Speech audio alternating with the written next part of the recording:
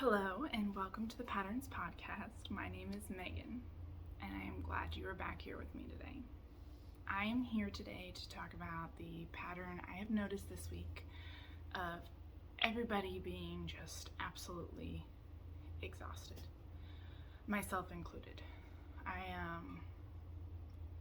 don't know what it is, right? The thing about patterns is we can notice them, but we don't really notice their purpose or their cause, but plenty of people in my life either didn't get any sleep whatsoever, maybe they got a couple hours, maybe they got just a few minutes, and it seems to be, I don't know, if that's you too, maybe leave a comment below. How much sleep did you get this week? Are you feeling extra exhausted?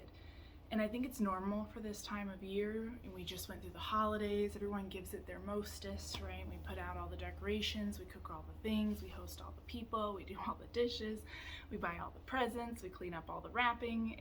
It's a great time with family, but it's a lot of work physically and mentally, especially for women, and I know men too.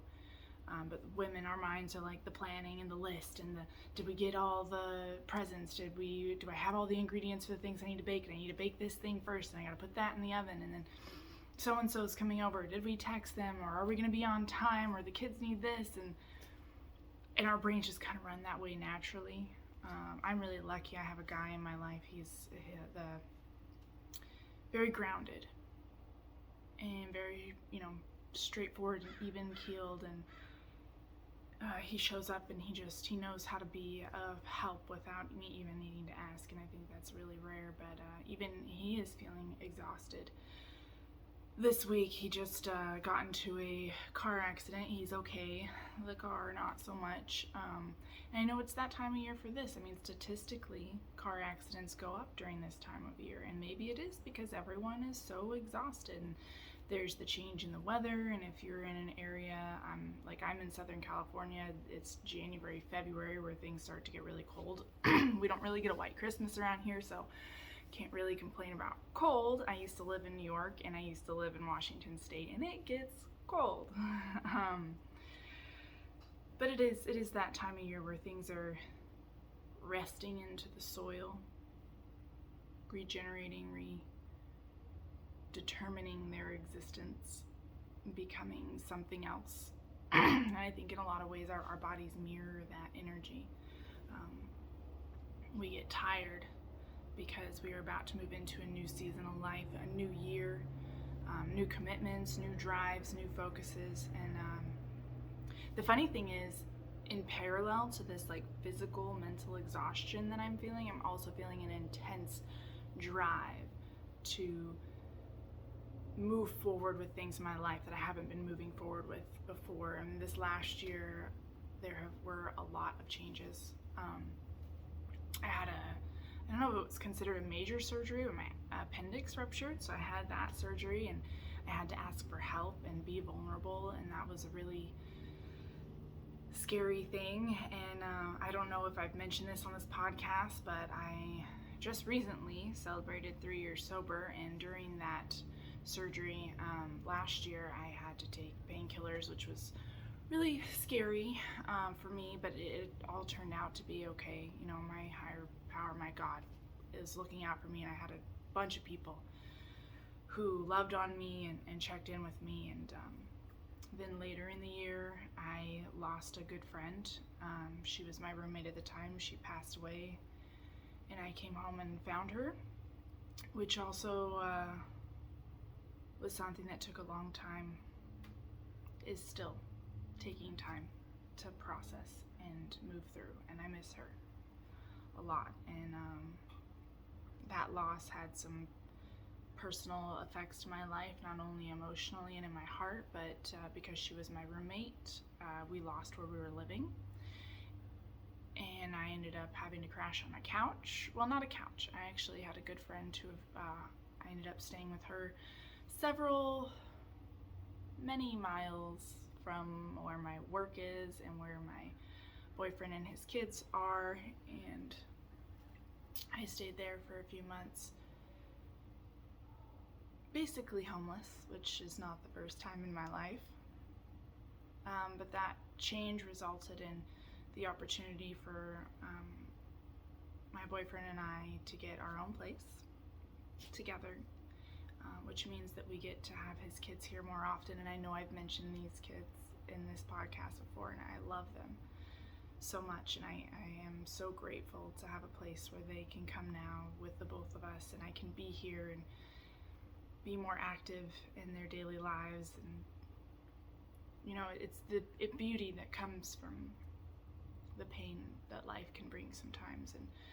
And I know this year was not just trialing for me. A lot of people I know went through major life changes, illness, moves, deaths, marriages, some of it good, some of it hard. And now that this year is over, I think everyone is just wiped out. And they say last year was the year of the snake, right? Time for shedding things that no longer serve you, or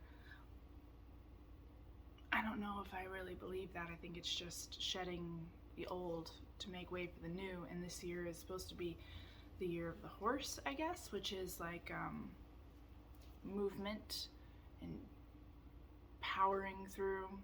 I don't know, you see a lot of stuff on like Instagram and Facebook talking about it right now. It's like a fire horse, and I'm not super into Chinese zodiac. My guy is, and he talks about it, and I'm a little more astrology based. I don't know. I think that's maybe if the pattern of the energy is being focused on the things I want to do this year is coming from that. I feel like I'm rambling a lot. I'm tired. See? I'm not focused. And I don't know. Are any of you out there just feeling exhausted? Let me know in the comments below. What has your week been like this week? Have you gotten consistent sleep? Are you feeling energized? Are you like ready to take on the day? You're getting up, you're doing your thing, you're just like full of energy? Or are you falling into this pattern that I'm seeing where everyone is losing sleep and physically and mentally feeling just wasted? And the thing with patterns is we tend to attract, like attracts like, right? So my world of people in an extension mirror myself, right? So I'm going to see if I am tired and exhausted, the odds are that my mirrors around me are also going to be tired and exhausted, and I'm a mirror of them. And then it can kind of go out from there, right? The pattern, do you look at your outside surroundings as people at work also tired and exhausted, and then we go out a little further as like the ladies at the bank, or the people at the grocery store, are they tired and exhausted? And then we go out a little further, your kids' teachers tired?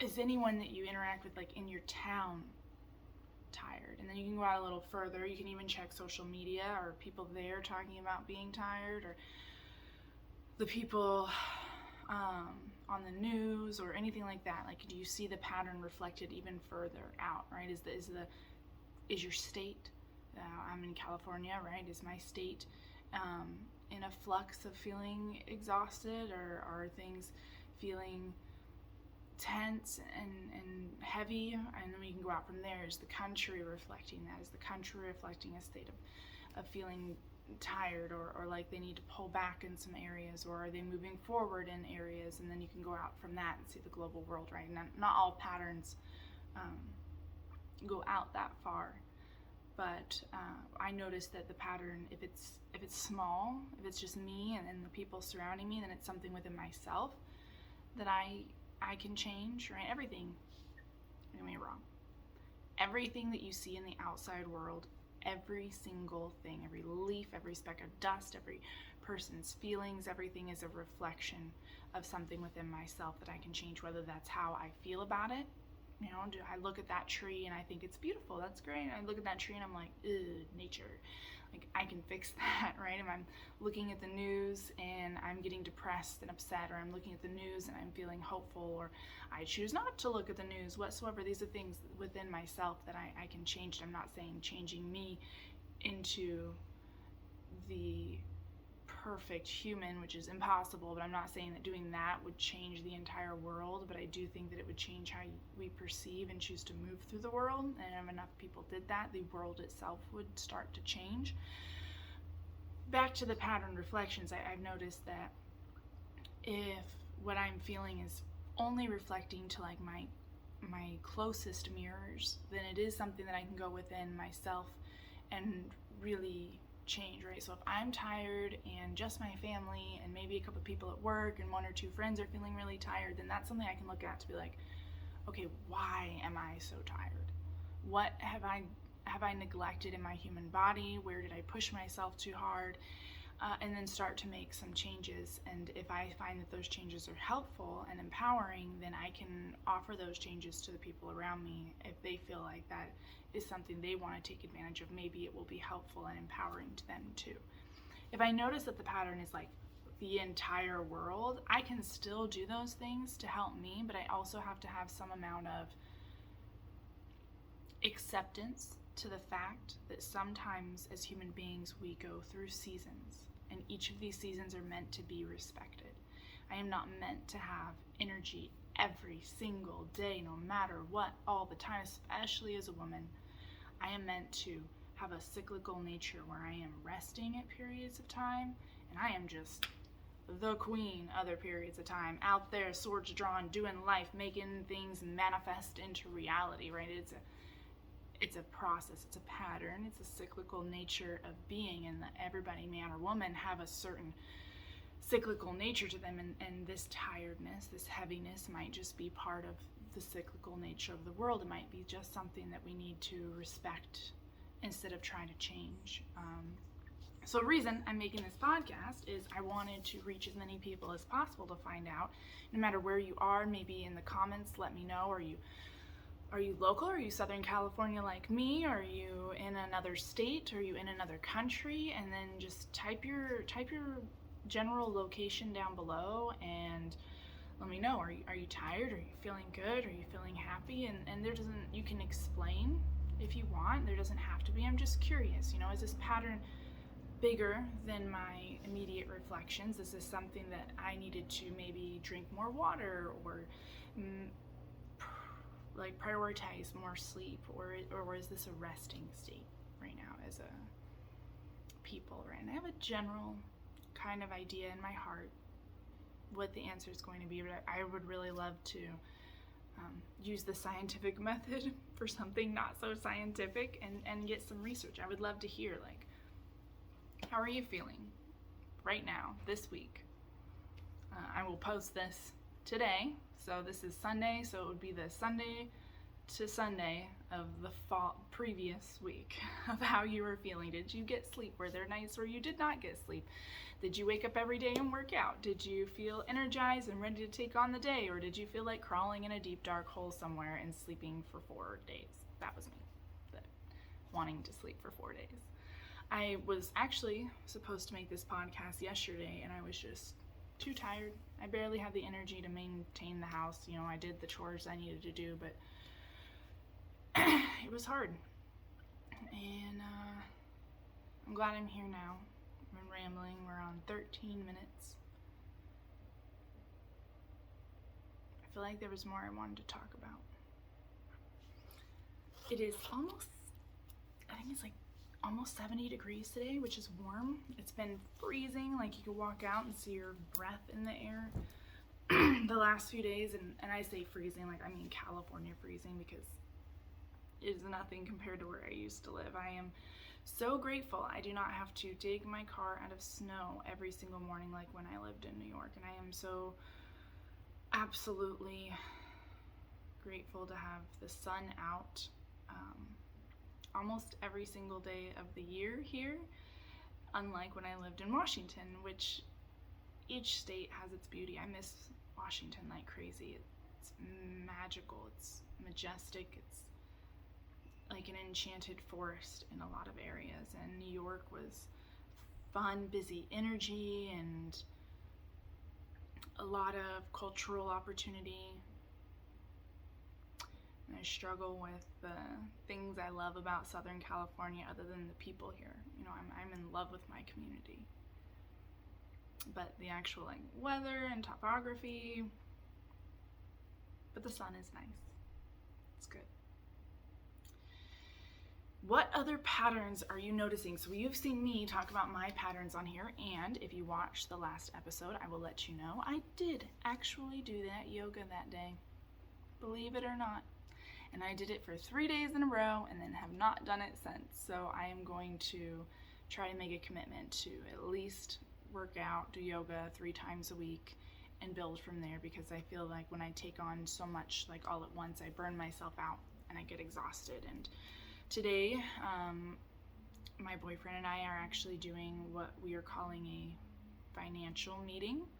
This is something we're going to do annually on a big scale, and then quarterly check-ins where we are going to sit down and talk about what we want the next year to look like. And we're calling it a financial meeting, but we're not just talking about finances. We're going to talk about everything, how we're going to eat, how we're going to treat our bodies, what we want our bodies to look like a year from now. Like these vessels that we live in, we need to take care of, and really be mindful about the investment that we're putting into them, just like we're being mindful about the investment that we're putting into our accounts. And we have certain goals that we want to reach, and we need to make sure that we budget those out. And just like we budget money out, we need to budget out our energy and our time, and in our spiritual process, right? We're going to pick some books that we want to read this year. We're going to pick some experiences that we want to have this year, both individually, together as a couple, and with the entire family, with the kids.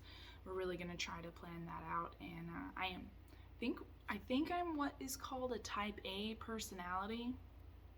I have like a calendar in the other room with all of our schedules on it, the kids, mine, everything goes on there. It's the only way that I can stay organized. I'm very detail oriented. I like my lists. I guess that's type A personality.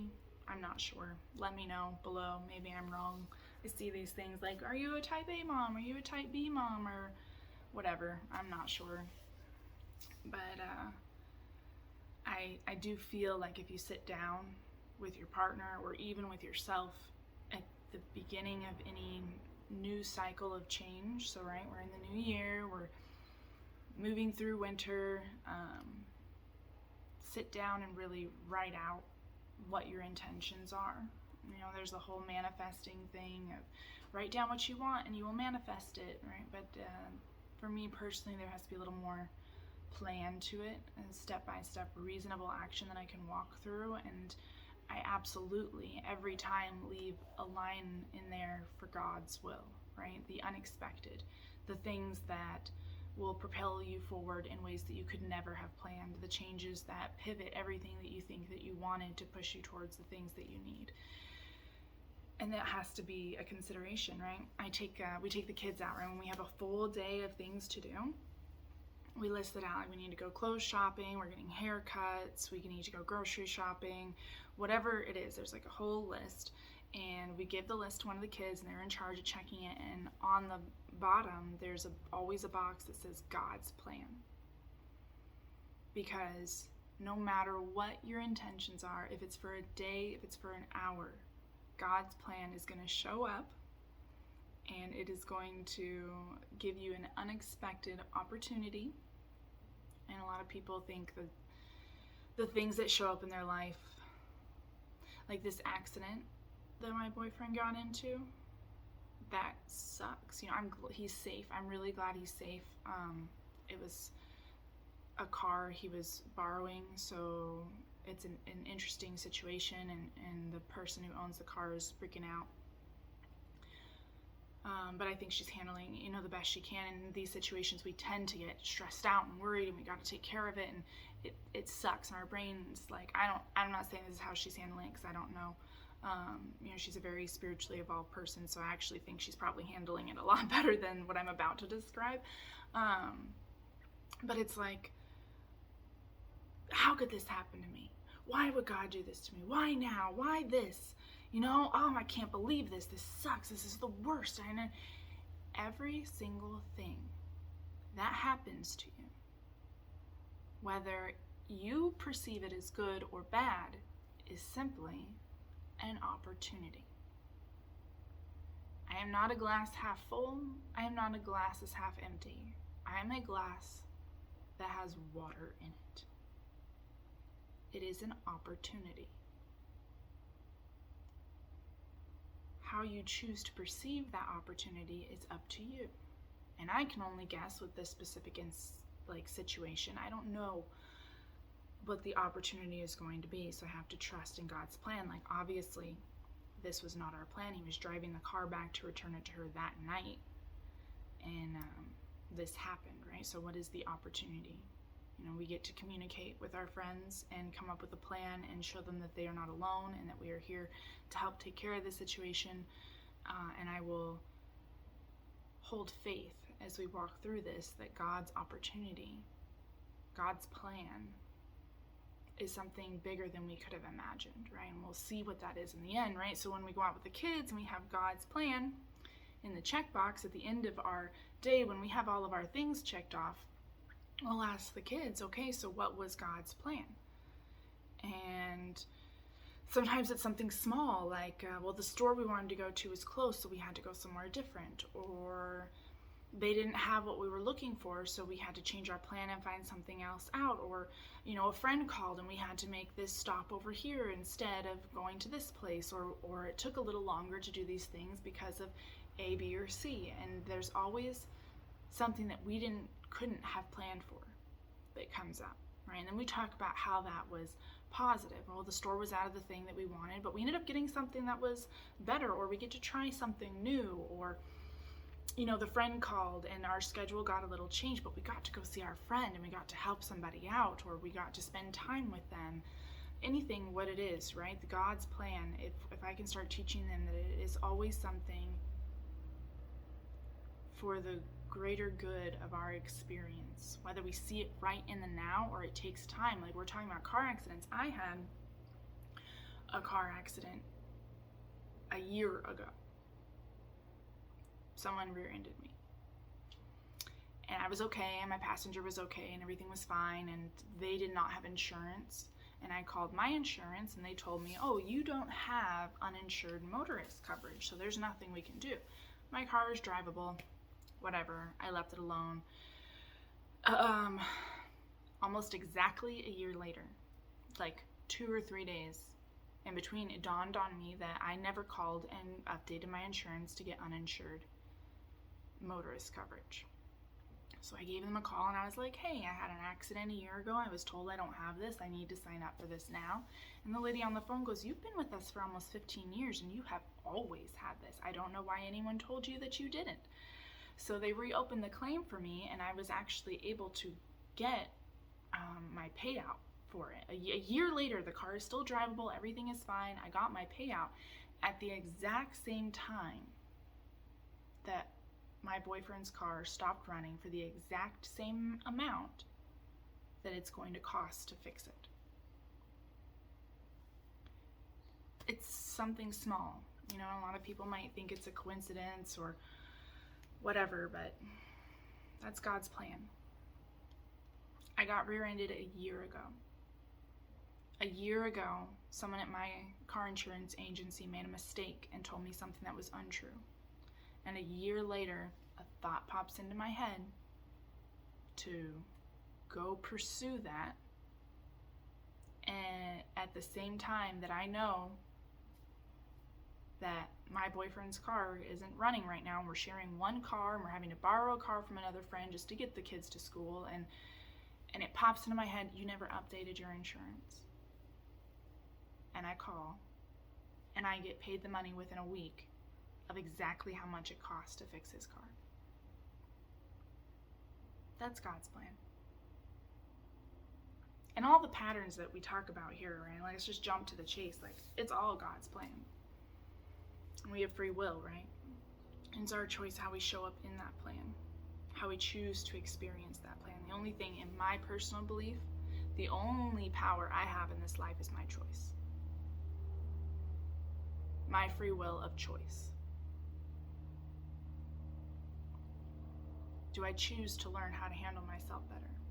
Do I choose to learn how to rewire my thoughts? Do I choose to learn how to treat people better, how to treat myself better? And do I choose to take those tools and put them into practice in my everyday life? Everything else, everything that I think I want, I can force it. I can make it happen. I can choose to make it happen. But just because I want it doesn't mean that I need it. And if I focus on just today as showing up as the best version of myself that I possibly can show up as, and let God handle the things that I think I want, then 100% of the time He's going to give me exactly what I need. And it's always better than I could have expected, than I could have dreamed, than I could have planned, because my brain is finite. And God is everything. You know, the universe, the collective consciousness, the energy that runs through us, that connects us to the stars, that connects us to our atoms, that connects us to the tiniest grain of sand in the ocean, that connects us to other planets. You know, I'm not a religious person, but I am a very spiritual person, and I have a lot of faith, and I do think that everything is connected, and if God is everything, then He has to, he, she, it, the greater knowing of universal experience, has a better chance at plotting out the path for my future than my tiny little brain does. My brain versus the accumulation of all things that ever have been and ever will be. Which computer do you want to use? You want to use the computer on your phone to tell you, you know, how to plan things out? Or do you want to use the largest computer ever known to humanity, with the ability to calculate things in pieces of a second?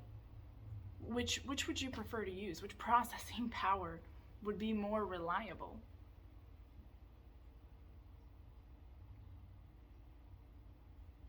My processor it's flawed. It's made up of the things that I choose. And I can always choose better, and I can always choose to upgrade, and I can always choose to input new programming. But when it comes to the things that I think that I want, because I don't know what I need, I gotta rely on that bigger programming. I gotta rely on that bigger computer. And it's so much more than a computer, right?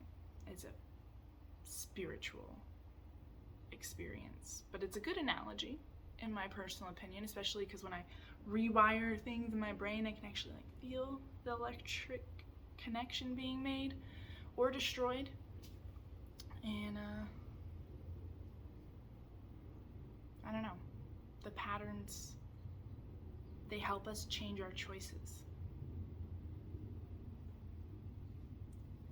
And if you start there, eventually, the patterns help show you the way. The things that you need, not the things that you want. The patterns start to light a path towards what's something greater than you, whatever you want to call it.